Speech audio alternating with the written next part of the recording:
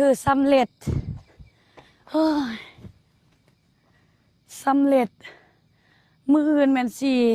ไปเอาสลิปการโอนสเตทเมนต์อยู่นะธนาคาร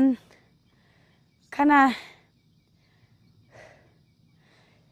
กำลังสีไปนะเวียงจันทน์หรือมาสิเมื่อบ้านนี่อีแม่บ่ค่อยสบายนะเป็นห่วงทางนั้นแน่ไปทางนี้แน่ส่วนนั้นว่าสเตทเมนต์คือบ่เห็นนี่นะ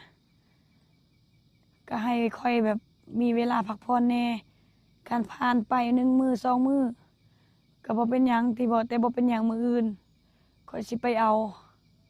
ให้เบิ่งสิไปเอาให้เบิ่งเบื่อเมื่อยปานนั้นว่าค่อยน่ะแอบอ้างว่าแต่เมื่อยมันบ่มีคนขับรถซอย